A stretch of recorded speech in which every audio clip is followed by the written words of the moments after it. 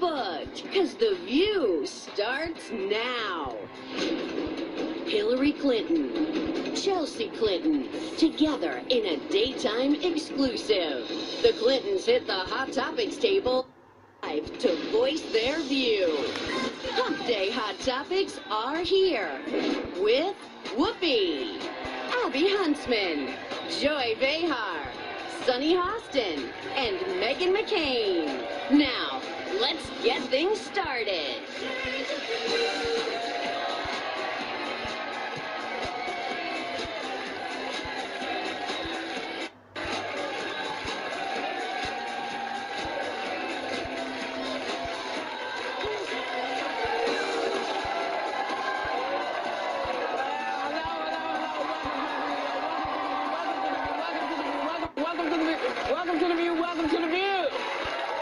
We're starting to hear all the Americans that went into making America a better place. And we have some breaking news that was just released. Bernie Sanders was hospitalized after chest discomfort, had some artery blockage, and they put in a couple of steps comfortably. And we, of course, are sending him our best. But you know, this is, whenever you're out working, whatever you're doing, and if you don't feel right, you gotta check yourself. You gotta, this can happen to anyone.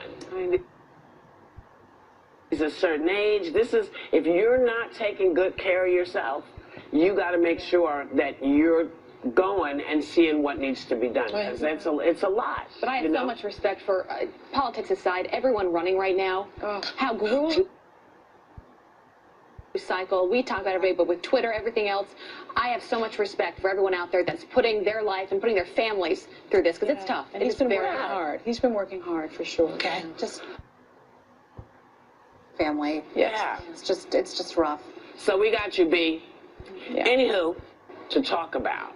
And we're going to talk about a lot with these two, so let's just get them out here. Please welcome the mother who wrote the book on gutsy women, Secretary Hillary Rodham Clinton, and activist.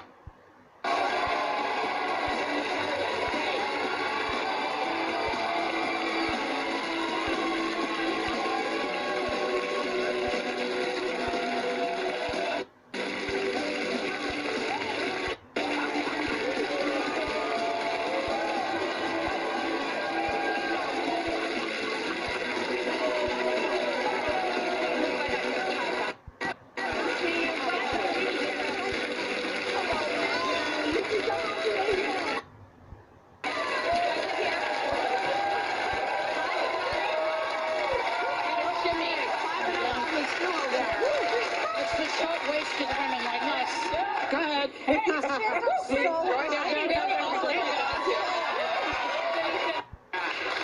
So, you know, you just heard about Bernie. Yes. Sending him your best. Wish him and hope for the best. Yeah.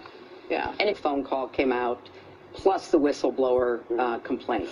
And the reason for that is, you know, Welcome to the View. Welcome to the View. Welcome to the View. what he might have done or what we think he did on a range of other issues. Welcome to the View. But this was in the pursuit of his official duties as President of the United States. And that phone call very clearly indicates an effort Welcome to the View. not only pressure, but in effect extort the president of Ukraine. So let's dive in. Nancy Pelosi has called for an impeachment inquiry. You support it. What's the biggest reason you think now's the time to do it, and that it's the right thing to do now? I think it became absolutely unavoidable when the summary of the phone call came out, plus the whistleblower complaint. And the reason for that is, you know, people can argue back and forth about what he might have done or what we think he did on a range of other issues. But this was in the pursuit of his official duties as President of the United States. And that phone call very clearly indicates an effort to not only pressure, but in effect extort the president of Ukraine. over much necessary medical, military assistance that had already been passed by the Congress and was Bipartisan, and yes. bipartisan. It was about to be delivered, and the Defense Department was in favor of it, state was in favor, everybody was in favor of it. And then the day after Mueller testified, the president does what he did, holds up that aid, calls the president of Ukraine, and in effect said, yeah, we want to help you, though we have a favor to ask. And I think that pierced through the American consciousness about everything that's been going on for the last, 2+ years. And it would have been a dereliction of duty at that point for the Congress, led by Speaker Pelosi, to say, okay, another really bad thing, we're just going to have to keep moving. They had to look into this. And there's enough concern by former security officials, others who have weighed in on this, that it deserves an impeachment inquiry. At the very least. Yeah.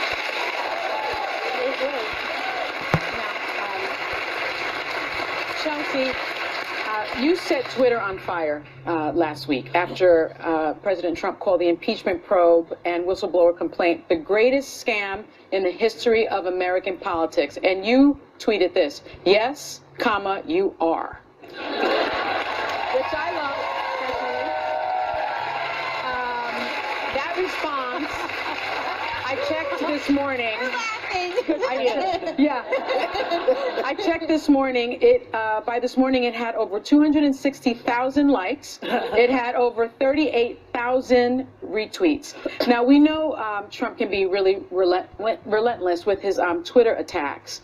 Were you at all concerned about sort of poking that bear? No. No. And I do believe that he's the greatest scam in American political history. Really? Yes. So, I think his whole life has been a scam, and I think, unfortunately, people are suffering every day because his scam has thus far kind of succeeded at the highest level. So you've become really vocal, not only on Twitter, but just everywhere. Did you make a conscious decision? It's genetic. It is genetic. It is genetic, but I've seen a change. I'm so proud of my mom. I'm very biased toward her. Yeah. And love her very much and feel very protective of her, although I know she doesn't need me to be. But really, my most important role now is as my kid's mom. I have a daughter, Charlotte, who just turned 5 last week, a son, Aiden, who's 3, and baby Jasper, who's just 2 months old. And he's very mushy.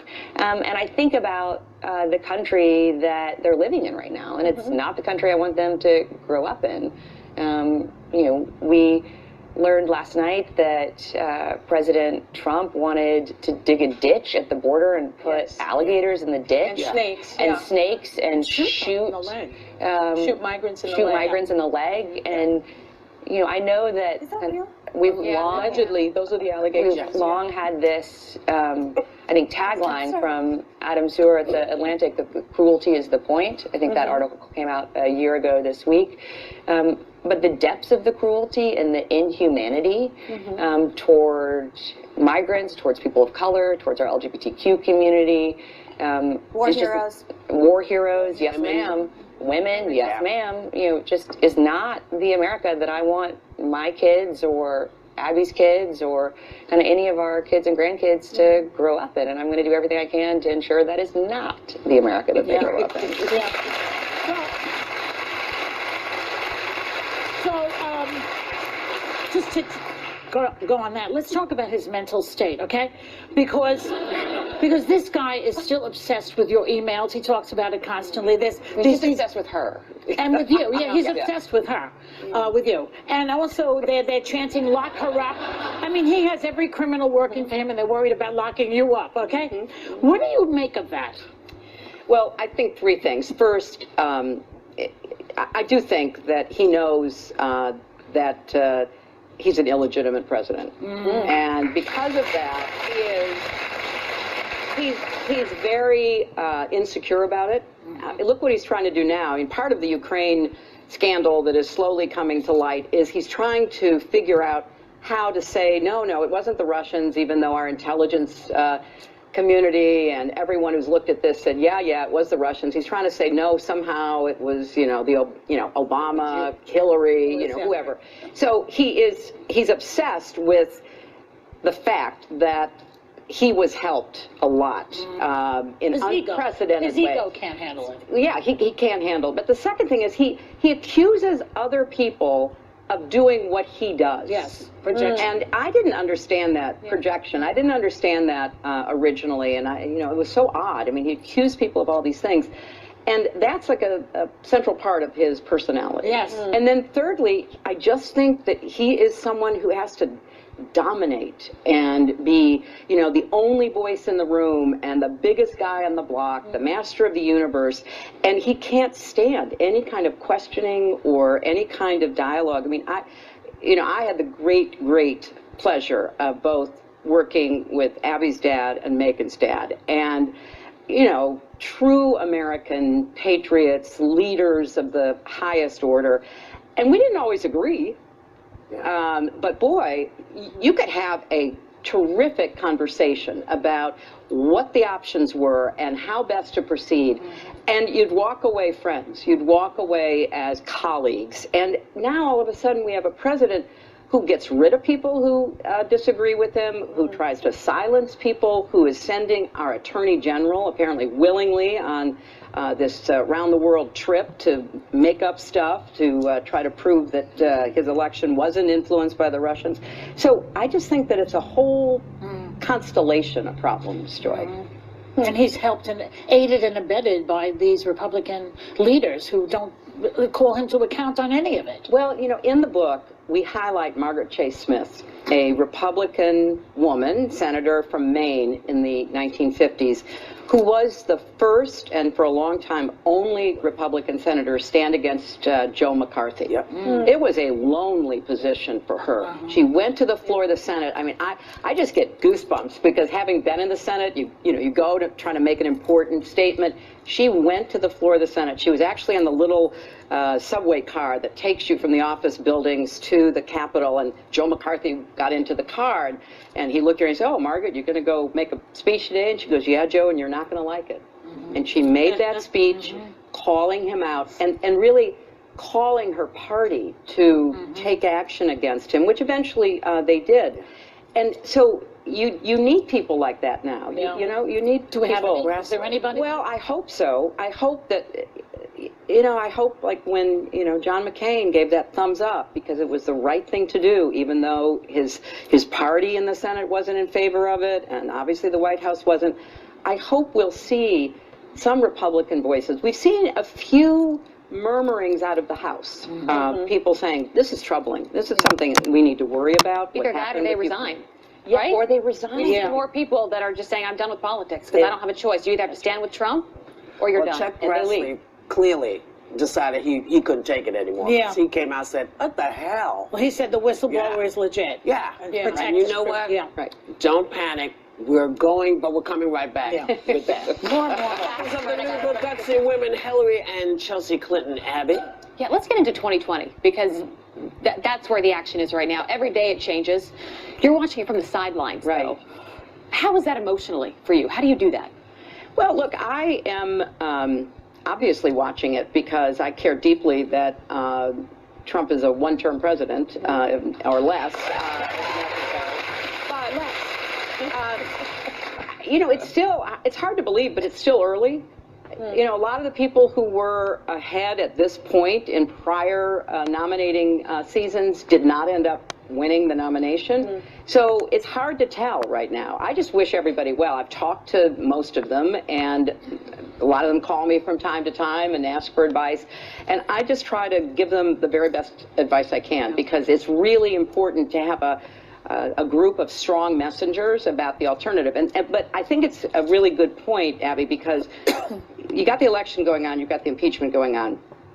The Democrats have to do two things at once. They have to do the impeachment in a thoughtful, deliberative, serious way. Yes. And they have to do a campaign that talks about why it would be better for Americans when it comes to health care or climate change or whatever the issue might be.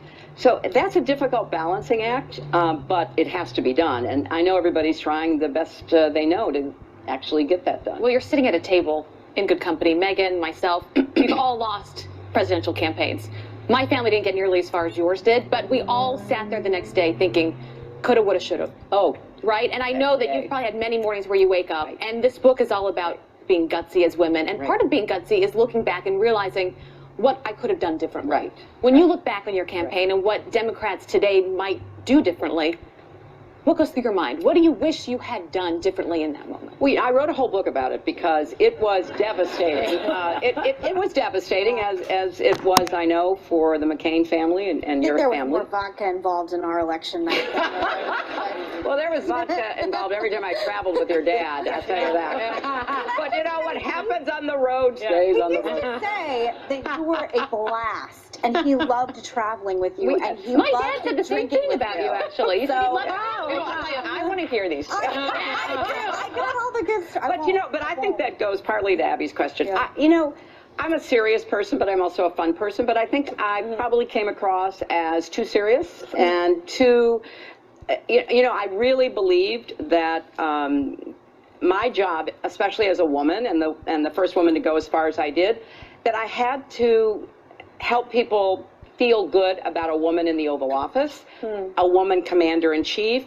And so I may have overcorrected a little bit because sometimes people say, oh, why can't you be like that? Or why weren't you like that? And I did feel a heavy sense of responsibility. And it was such that, maybe I wasn't as loose or open as I could have been. So I take responsibility for everything I didn't do as well, or my campaign didn't do as well. Well, you can't take responsibility for Russia. No, but that's the issue. I really believe that there were unprecedented events in this election, the last election, I mean, that were beyond my understanding and nearly anybody else's. When we started talking in the summer of 2016 about the Russians, I think most of the press and the public goes, what is she talking about? I mean, you can't go around making excuses. They didn't understand the attack that we were unfortunately suffering. So I think now, and here's what I've told all the candidates. I've said, look, you could run the best campaign. You could be the nominee, but you could still lose because, number one, you could lose with voter suppression. And you had Stacey Abrams on, and she is a champion for let everybody vote. And at the end of the day, who wins, wins, and who doesn't, doesn't. Or you could lose because of hacking and theft of material. Well, can I ask you just really quick on this, because I got into it with Pamela Anderson. I don't know if you saw about Julian Assange, because I can't understand No, I cannot understand anyone defending WikiLeaks or Julian Assange at this point. But I will say, Elizabeth Warren is also a front runner, and there's a leaked audio that came out, and Mark Zuckerberg is heard saying, quote, she would end up in court if she moved to break up Facebook, making it clear he doesn't want her to be president. We all know that Facebook had a defining factor in the last election. Are you concerned that WikiLeaks and Facebook could end up influencing voters and tipping the scales again? Well, I'm afraid that could happen again, Megan, and I'm afraid because, look, WikiLeaks, and I didn't see it, but I read about what you said, and I'm with you on that, because WikiLeaks became an instrument of Russian intelligence. It was not an independent, whistleblowing, transparency promoting organization. He was a Russian agent. I believe essentially that's a fair statement. So WikiLeaks was operating as an arm of the Russian intelligence services. Facebook was careless. And at a certain point, though, they knew when people are buying ads and they're paying you in rubles, that should send a little bit of a alarm off, right? So I worry what the intelligence experts. I want a shirt that says that. People are buying ads and they're paying you in rubles. ... But even the intelligence people in the Trump administration are saying the Russians are back in our system, and that means they're back online, and they may be in the election apparatus. So Facebook has an especially big responsibility, because most people get their news from Facebook. But I want to tell Republicans, if they'll do it to you, they'll do it to us. So that's the part I don't understand about WikiLeaks and the defense of Julian Assange, is that it's cyber terrorism should be condemned all the way around. Thank you. Thank you for agreeing with me. Thank you. Thank you. Thank you. I don't understand it. Yeah. We will be right back with more understanding with Hillary and Chelsea Clinton.